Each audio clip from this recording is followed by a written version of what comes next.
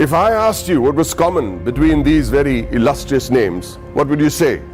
Mr. Kumar Mangalam Birla, Mr. Motilal Oswal, Mr. Suresh Prabhu, Mr. Shekhar Kapoor, Mr. Piyush Goyal, Rakesh Junjunwala.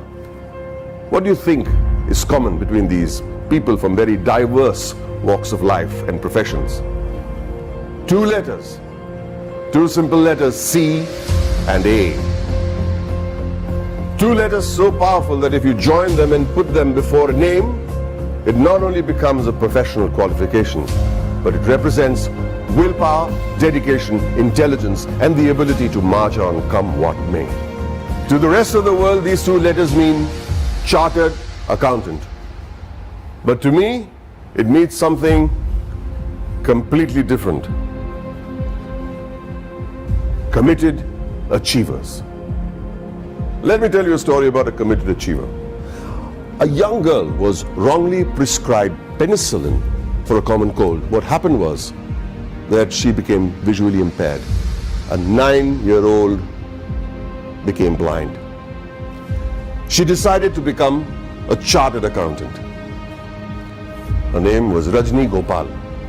So what if she was visually impaired? The world may think of it as a handicap, but she did not. In another story, the daughter of a man who sold coffee outside Borivali railway station on a bicycle decides to learn English in the 7th standard. And she fails. Tries again, fails again. She goes on to become a chartered accountant. Did she ever think that language would be a barrier? She did not. Did she ever think that her financial status would be a barrier? She did not. All she wanted to do was become a chartered accountant, a committed achiever. The only place where achievement comes before commitment is in the dictionary. It was this commitment to achieve that led to the formation of this organization that would change the economic structure of this country forever. ICAI, the Institute of Chartered Accountants of India. The leaders of this nation were visionaries. They knew the role chartered accountants would play in developing the country, which is why on the 1st of July 1949, a year even before the Constitution of India was formalized, an Act of Parliament gave birth to ICAI. Today, ICAI counts itself amongst the oldest professional institutions in the country.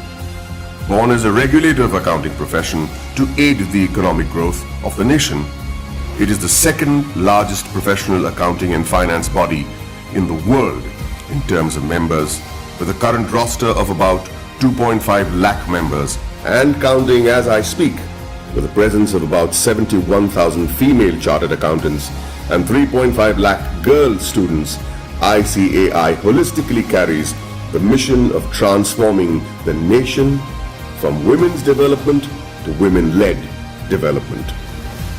During its eventful journey of 70 years, ICAI has become an integral part of the Indian economy, taking it on the path of the fastest growing economy in the world. With its emphasis on financial reform, ICAI radiates with shining milestones that stand as the acknowledged cornerstone of India's economic growth. In the year 1956, chartered accountants were recruited for the first time in the commercial audit branch of CA and G. Many of you may not be aware that many accountants were part of the Indian freedom struggle, like First Lady Auditor C.R. Sivabhogam, who participated in non-cooperation movement on the call of the father of our nation, Mahatma Gandhiji. She was also imprisoned for a year. Recognizing ICAI's strong regulatory framework, the High Courts acknowledged Council's strict disciplinary mechanisms in 1961. In 1964, the Council of the ICAI submitted its pre-budget memorandum for the first time. The memorandum contained useful suggestions for reorientation of taxation policies and procedures to the Finance Ministry. The process was so helpful that it is being practiced ever since. In the 70s, the ICAI started rendering free advisory services to SMEs and small taxpayers on maintenance of accounts, tax paying, and other financial matters. not only did it enhance the financial literacy of businessmen and citizens, more importantly, it started the industrial growth in the country. It also collaborated with the government to enlarge the scheme of scholarships. With all humility, I wish to mention that in the year 1972, ICAI members had provided pro bono professional services to the heirs of the Jawans and officers of the armed forces who sacrificed their lives in the war. Complete exemption from tuition and registration fee of the institute was also granted to the children of Amar Jawans and officers.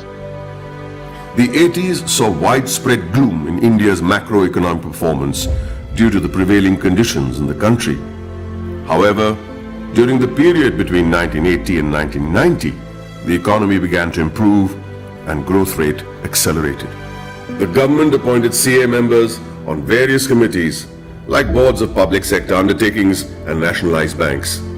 The government also appointed ICAI as an expert and independent advisor on company law, fiscal and various other committees. The corporate sector, the public sector corporations, cooperative societies and public trusts were brought under the accounting discipline by legislation. In the 90s, sales tax audit was introduced in many states, which was a direct result of ICAI's efforts to showcase the role played by the CA community. ICAI developed a research center in the form of a non-profit company to be named as Accounting Research Foundation. It was during this time that the government recognized the ICAI as the sole recommendatory body for setting accounting standards in the country. 2000 and onwards marked the period when many MRA MOUs had been signed with many international bodies such as ICAEW, CPA Australia, Ireland, CICA, etc. ICAI was granted recognition by IGNU as a research center for the benefit of its members and employees to pursue doctoral research from IGNU. eSahayata was launched as an electronic service for members and students of ICAI to provide prompt services against their queries, complaints and grievances. In 2007, ICAI decided to recognize the CA leaders in industries, which gave birth to a glittering awards function. In 2009, ICAI was awarded the Recognition of Excellence Award by the then President of India, Srimati Pratibha Patil. In the year 2014, the Honorable Prime Minister of India, Sri Narendra Modi, nominated ICAI for the Swachh Bharat Abhiyan. Under the banner of Swachh Bharat Abhiyan, Swachh Vidyalaya Abhiyan was launched in the year 2015 to provide separate toilets for boys and girls in all government schools throughout the country. ICAI undertook a pilot study for the Indian Railways. The in-depth cost analysis helped in streamlining the running of the railways. Considering the importance of the legislation, namely black money, and the imposition of Tax Act 2015, CBDT decided to go all out and conduct workshops with ICAI to clarify any doubt the assessees may have had. ICAI was chosen as the preferred institution to partner with the Government of India to create awareness and maximize the potential of the Income Declaration Scheme 2016. ICAI, jointly with the Ministry of Finance and the Ministry of Commerce and Industry, organized events at more than 470 locations across the country. It was attended by more than 42,000 citizens, including chartered accountants, company secretaries, advocates, and members from trade and industry.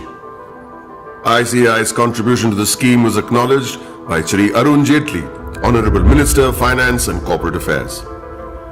For the benefit of its members, ICAI established the Indian Institute of Insolvency Professionals of ICAI. ICAI extended its technical and infrastructural support towards the accounting reforms of various government offices.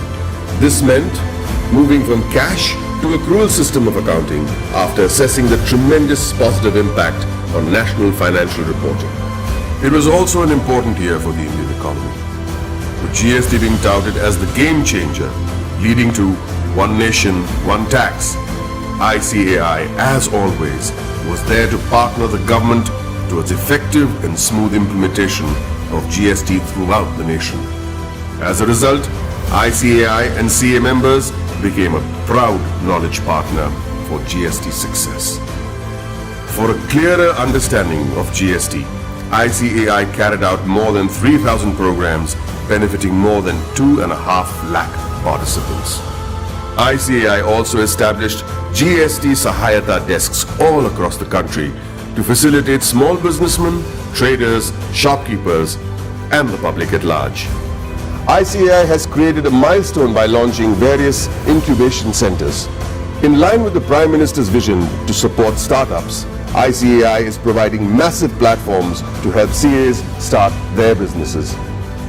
Not many people know that there is an accountancy museum in India, or that the ICAI is the first accounting body in the world to start a digital accounting and insurance board, or that there are 3 forensic labs in India to monitor financial bungling and frauds.